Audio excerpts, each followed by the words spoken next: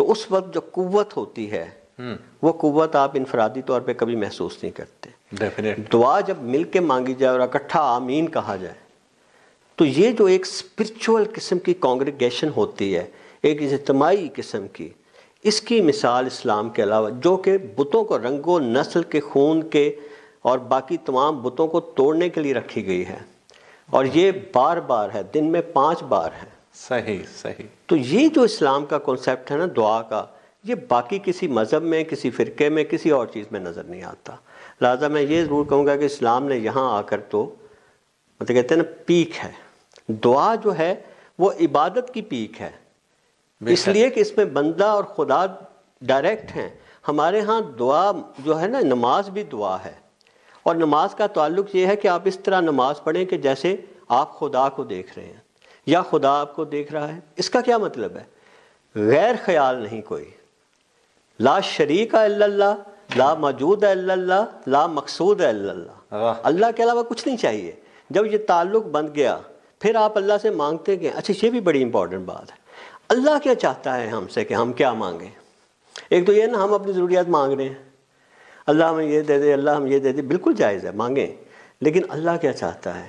دیکھیں کہتے ہیں جب سورہ فاتحہ نازل ہوئی شیطان 3 دفعہ چیخا تھا.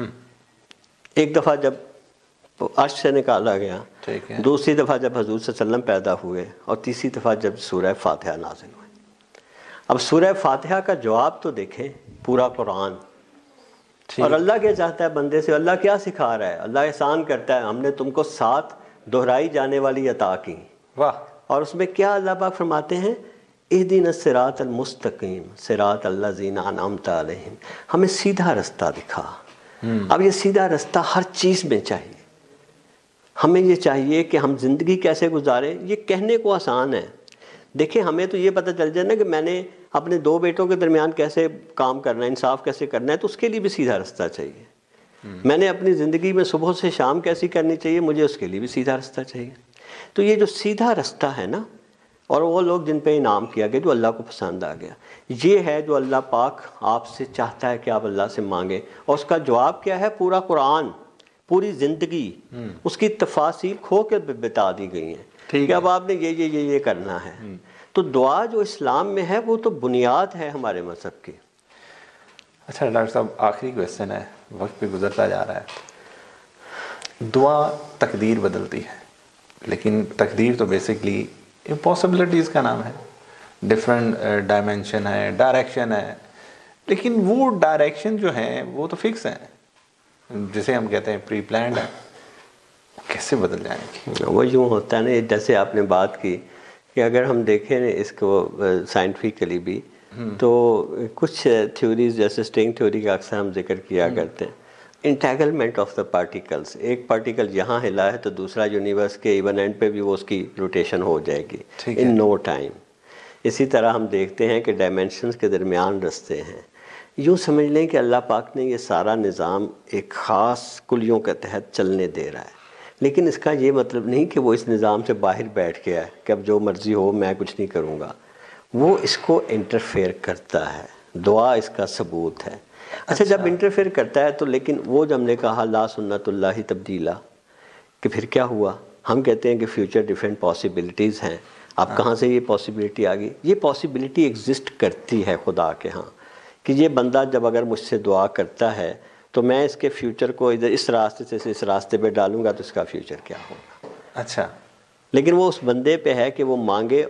یہ وہ سپر ایتھارٹی ہے جو خدا نے اپنے پاس رکھی ہے کہ فرض کریں، کیونکہ ایسی سچویشن آ جاتی ہے کہ ایک جگہ پہ بندہ مجھ سے ڈائریکٹ مانگ لیتا ہے، تو میں نے وہ پاسبلٹیز رکھی ہوئی ہیں کہ یہاں سے اگر میں اس کا فیوچر بولتا ہوں، اور وہ بھی ریٹن ہے پہلے سے. اچھا ڈاکٹر صاحب، دعا کا بہترین طریقہ کیا ہو سکتا ہے؟ دعا کا بہترین طریقہ یہ ہے کہ بندے اور خدا کے درمیان رشتہ استوار ہو اور ڈائریکٹ ہو. مولانا رومی اس معاملے میں فرماتے ہیں، اور ان کا یہ شعر جو ہے یہی دعا کی کیفیت بیان کر دے گا کہ بخدا خبر ندارم چو نماز می گزارم، کہ تمام شد رکوع کہ امام شد فلانے. کہ خدا کی قسم جب میں نماز پڑھتا ہوں تو مجھے پتہ نہیں ہوتا کہ کون سا رکوع ہے اور کون سا امام ہے. تو یہ جو کیفیت خدا کے اندر ہے نا، وہ جو حضرت عمر نے کہا کہ میں جب نماز پڑھوں تو میرا خنجر کھینچ لینا، صحیح. تو اس کیفیت میں اگر آج آ جائیں، نماز اور دعا یہ ہے، اس کو سمجھنا چاہیے. ناظرین، وہی ہوا جو ہمیشہ ہوتا ہے. اچھا ناظرین، وہی ہوا جس کا ڈر تھا. وقت اجازت نہیں دے رہا اپنی بات کو کنٹینیو کر سکیں. ناظرین، نیکسٹ پروگرام میں ہم ایک نئے ٹاپک کے ساتھ حاضر ہوں گے. اپنا اور اپنے پیاروں کا خیال رکھیے گا. مجھے اجازت دیں. اللہ حافظ.